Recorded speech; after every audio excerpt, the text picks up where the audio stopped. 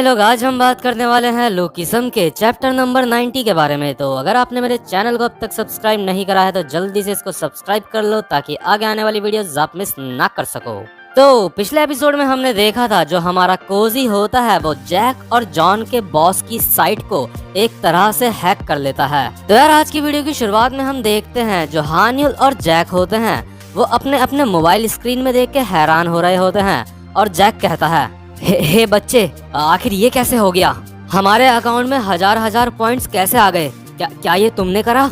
इसके बाद कोजी कहता है, नहीं, मैं ये कैसे कर सकता हूँ, हमने तो सिर्फ चार्ज के लिए अप्लाई करा था और उन्होंने हमें पॉइंट्स दे दिए। इसके बाद हान्युल हैरान होके कहती है, हाँ, हमने चार्ज के लिए अप्लाई तो करा था लेकिन हमने कोई भी पैसे डिपॉजिट नहीं करे थे अब तक। इसके बाद कोजी कहता है, तुम ये जानने के लिए काफी ज्यादा उत्साहित लग रहे हो कि ये सब कुछ कैसे हुआ, लेकिन तुम बेवकूफों को ये समझाना काफी थकाने वाला काम है।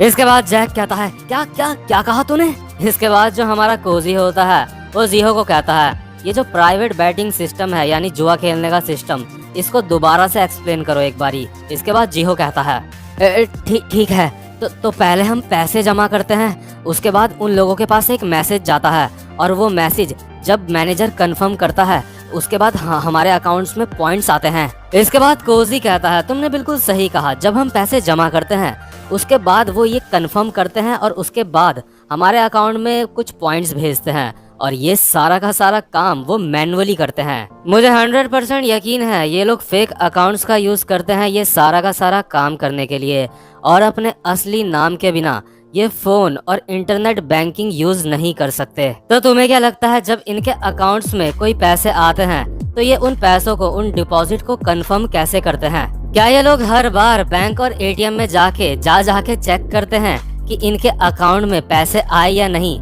बिल्कुल भी नहीं, ये लोग ऐसा नहीं करते। इस चीज के बिल्कुल भी कोई चांस नहीं है। ये लोग ऑटोमेटिक मैचिंग प्रोग्राम का यूज करते हैं। इस मैचिंग प्रोग्राम की हेल्प से जब भी इनके फेक अकाउंट में पैसे आते हैं तो मैनेजर के पेज में ये अपडेट हो जाता है। यानी कि यार जो डिपॉजिट्स होते हैं उनको कंफर्म करने का काम ना एक मशीन का होता है। इसके बाद कोजी कहता है, इस तरह की साइट्स जो होती हैं वो बहुत ही सस्ते में बन जाती हैं और ऑफ कोर्स जो इन्होंने मैचिंग प्रोग्राम यूज करा है वो भी काफी ज्यादा सस्ता है और इस बेकार से मैचिंग प्रोग्राम को अब मैं यूज कर रहा हूँ। इसके बाद जो कोजी होता है वो एक एग्जाम्पल से इन लोगों को समझाने की कोशिश करता है। कोजी कहता है, जब किसी महल में कोई हमला करता है तो महल अपने दरवाजे नहीं खोलता, लेकिन अगर वहीं दूसरी जगह महल के बाहर कोई उनका दोस्त खड़ा होता है तो वो दरवाजे खोल देते हैं। लेकिन क्या होगा जिसको वो अपना दोस्त समझ रहे हैं वो उनका दोस्त ना हो। मैंने उनके प्रोग्राम में अपना एक जासूस भेजा है जो नकली डिपॉजिट्स दिखाता है। तो भाई लोग, उम्मीद करता हूँ अब आप भी समझ गए होंगे कि ये सारा का सारा खेल क्या है, और अगर नहीं समझे तो हल्के में आपको समझा देता हूँ। जो हमारा कोजी है उसने उनका प्रोग्राम इस तरीके से हैक कर लिया है कि वो नकली डिपॉजिट्स दिखाता है उनको, और जब नकली डिपॉजिट्स दिखाता है तो वो असली पॉइंट्स उनके अकाउंट में चार्ज कर देते हैं, जिसकी वजह से वो असली में गेम खेल सकते हैं उन पॉइंट्स से, या फिर उन पॉइंट्स को साफ साफ विड्रॉ भी कर सकते हैं। यानी कि उन पॉइंट्स को वो किसी भी एटीएम में जाके पैसे के तौर पे निकाल सकते हैं। तो अभी हम देखते हैं इस फेक ऐप में जो एम्प्लॉय काम कर रहे होते हैं उनके पास उनके कंप्यूटर में मैसेज आता है कि 1000 रुपए किसी ने डिपॉजिट कर दिए हैं और तुम उनको चार्ज कर दो 1000 पॉइंट्स। और ये जो बंदा होता है एम्प्लॉय, ये अपने मन में सोच रहा होता है किसी ने 1000 रुपए डिपॉजिट कर दिए हैं, बॉस ये जान के काफी ज्यादा खुश हो जाएंगे। हर दिन यहाँ पे बहुत सारे लोग पैसे जमा करा रहे हैं और ये जो बंदा होता है सबके पैसों के बदले उनको पॉइंट्स देता रहता है। इसके बाद सीन शिफ्ट होता है। हम देखते हैं जैक और हान्युल को। जैक हैरान होके कहता है, हमारे अकाउंट में पॉइंट्स आ गए लेकिन हमने तो कोई भी पैसे जमा कराए ही नहीं। सारे के सारे लोग अपने मन में सोच रहे होते हैं, ये बच्चा आखिर इसने ये सब कैसे करा? वैसे तो यार कोजी ने इन सबको समझा दिया है कि कोजी ने ये सब कुछ कैसे करा, लेकिन उसके बावजूद भी ये लोग काफी ज्यादा हैरान हो रहे होते हैं क्योंकि यार ये कोई आम बात नहीं होती। इसके बाद कोजी कहता है, इतना ज्यादा हैरान मत हो, ये तो बस अभी शुरुआत है। उन लोगों ने जो हमें पॉइंट्स दिए हैं वो एक साइबर मनी है और वो हमें कितने भी साइबर मनी दे सकते हैं बस क्लिक करके।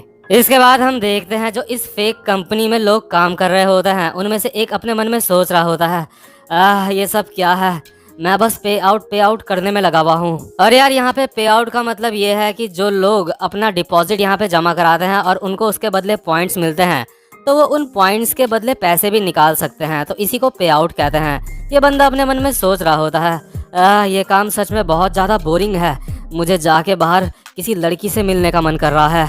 जब मेरा ये काम खत्म हो जाएगा उसके बाद मुझे क्या करना चाहिए? क्या मुझे उस लड़की से बात करनी चाहिए जिसके साथ मैंने फ्लर्ट करा था?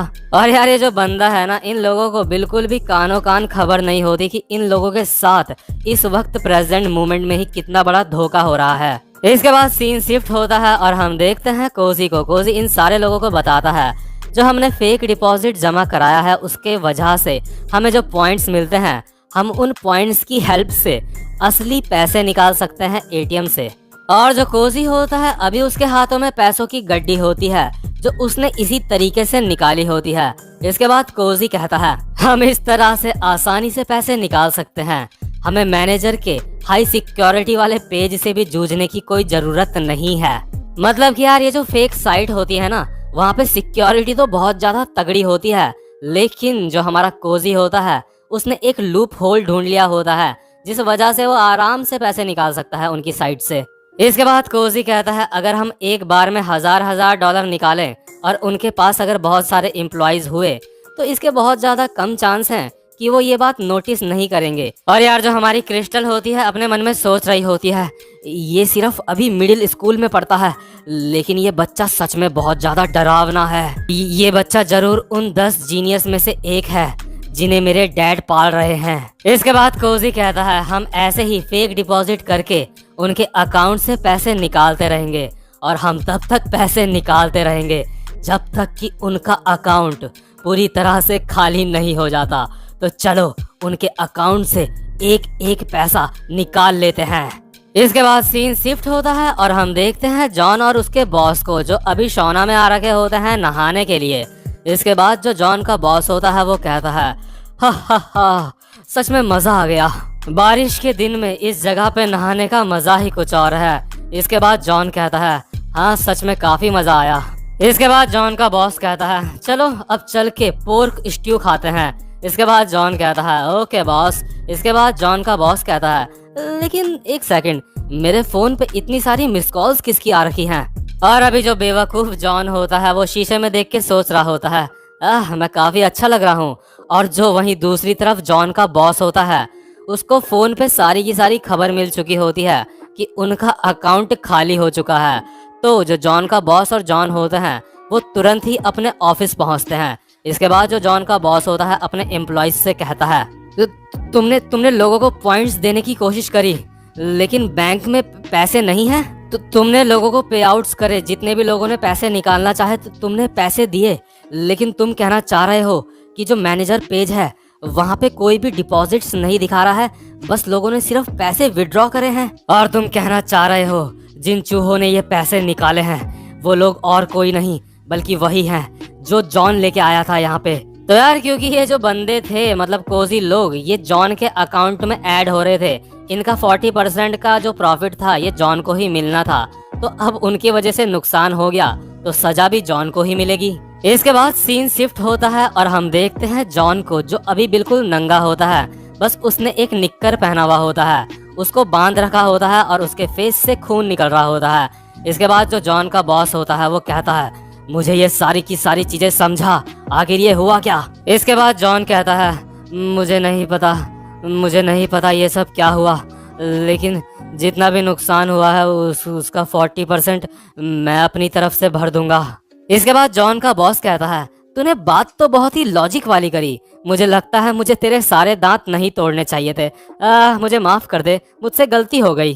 खैर जो भी हो, मुझे लगता है उन लोगों ने हमारा बेवकूफ बना दिया है। और वैसे तुझे तो पता ही है जब भी हमें नुकसान होता है तो उसका 40% की भरपाई तू करता है, लेकिन इस बार तू 100% की भरपाई करेगा और फिर तब जाके मैं तुझे जाने दूंगा।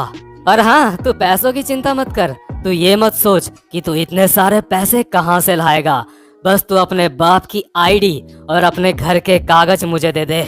इसके बाद सीन शिफ्ट होता है और हम देखते हैं कोजी को। कोजी कहता है तो इतने सारे पैसे निकालने के बाद मुझे लगता है अब हमारा काम पूरा हो चुका है, तो क्या अब हमें पुलिस के पास जाना चाहिए? इसके बाद यार जो जीहो होता है वो स्टोर के अंदर एंटर करता है और वो बहुत ही ज्यादा भीगा हुआ होता है। इसके बाद कोजी जीहो को कहता है, बहुत अच्छे, तुमने अच्छा काम करा। तुमने अगल बगल के जितने भी एटीएम हैं उन सब से पैसे निकाले। तुमने टोपी तो पहनी थी ना, ताकि तुम पे कोई शक ना करे।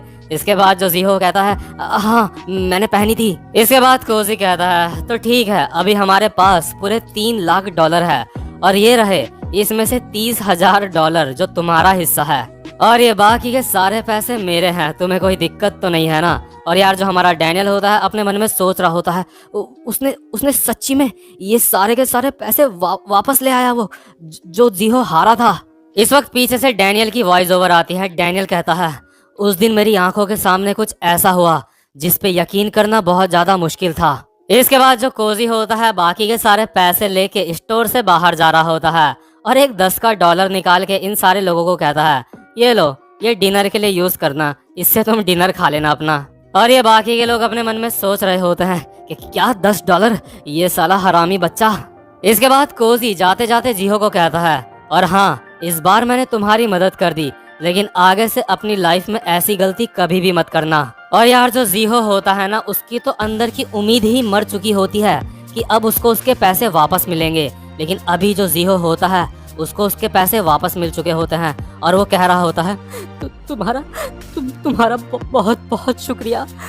तुम्हारा सच में, तुम सबका बहुत बहुत शुक्रिया। और पीछे से डैनियल की वॉइस ओवर आती है। जो हमारा जीहो है, जब वो रो रहा था, सच में बहुत ज्यादा इमोशनल लग रहा था वो। और यार जो जीहो होता है ना, वो काफी देर तक फूट फूट के रोता है। इसके बाद सीन शिफ्ट होता है और हम देखते हैं जेक और हमारे गन की फाइट जो चल रही होती है, वो वाला सीन। और यार बड़ी ही हैरानी वाली बात होती है, हम देखते हैं जो हमारा गन होता है ना, उसके मुंह से खून निकल रहा होता है और उसने खड़े होने के लिए अपने हाथ का सहारा लिया होता है। इसके बाद गन कहता है, तुम काफी ज्यादा बेहतर हो चुके हो, मैं सच में हैरान हूँ। मैंने बिल्कुल भी उम्मीद नहीं करी थी कि तुम इतने ज्यादा ताकतवर बन जाओगे। तुमने सच में काफी अच्छा करा, लेकिन मैं तो सोच रहा था कि तुम जेल में जब हम पिछली बार मिले थे, तुम तब ही हार मान चुके होंगे। और मैंने सोचा था अगर अगली बार तुम मुझे मिलोगे तो मैं तुम्हारे सारे दांत बाहर निकाल दूंगा। और यार मैं तो सोच रहा था कि जेक ने गन को सच में ही काफी अच्छी टक्कर दी है। लेकिन वहीं दूसरी तरफ हम जेक को देखते हैं जो जमीन में पड़ा होता है बिल्कुल अनकॉन्शियस हालत में, और उसके सारे के सारे दांत टूटे हुए होते हैं। बस 1-2 दांत बचे होते हैं उसके मुंह में, और बाकी एक भी दांत उसके मुंह में नहीं बचा हुआ होता, और उसके चेहरे से काफी ज्यादा खून भी निकल रहा होता है। इसके बाद तभी हमारा जो गन होता है बगल में ही देखता है जेस और वास्को को और कहता है, ओए तुम और टबास्को। लेकिन तभी बीच में ही वास्को बोलता है, क्या मैं बहुत ज्यादा कमजोर हूँ? इसके बाद गन कहता है, मुझे कमजोर लोग याद नहीं रहते। इसका मतलब दूसरे शब्दों में जो हमारा गन होता है उसको वास्को का टूटा फूटा नाम तो याद ही रहता है, जो कि होता है टबास्को। इसका मतलब जो हमारा गन होता है वो वास्को को स्ट्रॉन्ग बंदा समझता है। इसके बाद सीन शिफ्ट होता है और हम देखते हैं जीहो के घर का सीन। आज जीहो काफी ज्यादा सुबह सुबह खड़ा उठ जाता है और जीहो की मदर सोच रही होती है, मेरा बेटा तो कभी भी इतनी जल्दी खड़ा नहीं उठता था। और जो जीहो होता है ना यार, वो बहुत ज्यादा खुश होता है क्योंकि उसको सारे पैसे वापस मिल चुके होते हैं। वो स्कूल जाने से पहले अपनी मदर और अपने डैड को आई लव यू कहता है और जीहो खुशी खुशी स्कूल चला जाता है। इसके बाद दोबारा से सीन शिफ्ट होता है और हम देखते हैं जेक को। जेक के हाथ में कुछ सामान होता है और हम देखते हैं जेक के अगल बगल 5-6 स्टूडेंट्स उसके आगे सर झुकाए बैठे हुए हैं। इसके बाद एक बंदा जेक को कहता है, ये मुझे दे दीजिए, इसका ध्यान मैं रख लूंगा। मुझे यकीन नहीं होता कि आप हमारे रूम में आए हैं, आप यहाँ पे आए हैं। ये हमारे लिए सच में बहुत ही ज्यादा गर्व की बात है सर। और यार ये जो सीन होता है ना, ये जेक के स्कूल का सीन होता है और उसके अगल बगल सारे के सारे उसके जूनियर्स होते हैं। इसके बाद जो जेक होता है वो अपने जूनियर से एक सिगरेट लेता है और उसको अपने मुंह में रख के जलाते हुए अपने मन में सोच रहा होता है, गन, मैं उसे मार डालूंगा। लेकिन यार जो गन होता है ना, उसने जेक के चेहरे का नक्शा बिगाड़ दिया होता है। अभी हम साफ साफ देख सकते हैं जेक के पूरे मुंह के अंदर ना सिर्फ 2 ही दांत बचे होते हैं। और इसके बाद हमें पीछे से हमारे डैनियल की वॉइस ओवर आती है। उस वक्त मुझे जेक के बारे में कोई भी अंदाजा नहीं था। तो यार ये वाला चैप्टर यहीं पे खत्म होता है। उम्मीद करता हूँ कि आपको आज की वीडियो भी अच्छी लगी हो। तो यार अगर आप मेरे चैनल पे पहली बार आए हो तो यार वीडियो को लाइक तो बिल्कुल ही करना। वीडियो को लाइक करे बिना बिल्कुल भी मत जाना और चैनल को सब्सक्राइब भी जरूर से कर देना। तो भाई लोग अब मैं आपसे मिलता हूँ अपनी नेक्स्ट वीडियो में, तब तक के लिए गुड बाय।